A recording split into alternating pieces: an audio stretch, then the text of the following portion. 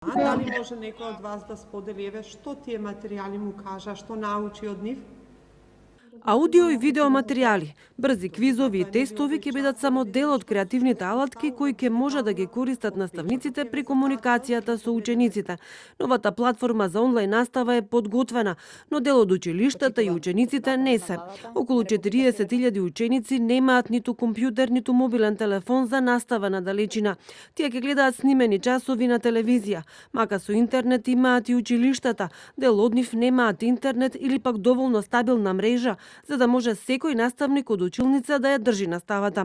Во училишните каси немаат пари за да платат за нова инсталација, а Министерката за образование вели дека тоа треба да го решат општините и училиштата. Да се инвестирало во изминатите 15 години доволно во образованието, денеска овие проблеми немаше да ги имаме и да се внимавало каков тип на договори се склучуваат за пристап до интернет.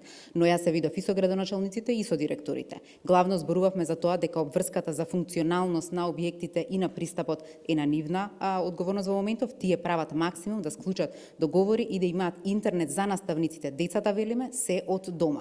Поголемите скопски училишта, иако имаат интернет, стравуваат дека мрежата можеби нема да издржи, кога сите наставници одеднаш ќе се вклучат во живо.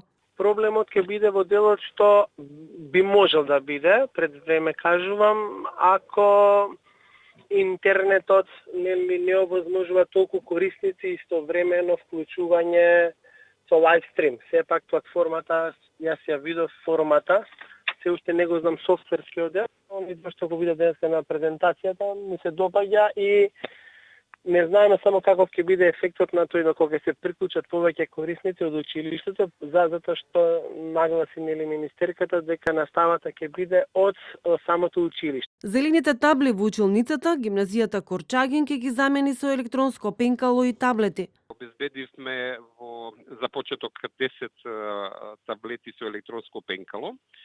Тоа за предметите како што се математика, физика или некои други предмети кај што е потребно пишување на табла, што значи дека при предавањето на методската единица може професорот директно како што пишува на таблетот со електронското пенкало, тоа се пренесува директно пред учениците, што значи дека се она што го пишува професорот тие го гледаат пред себе. Според Царовска, периодот што следи нема да биде лесен за никого, ниту за професорите, ниту за учениците, ниту за родителите, затоа што промените се секогаш тешки, а прилагодувањето бара огромна жртва од секого. Наставата на платформата ќе биде на 5 јазици.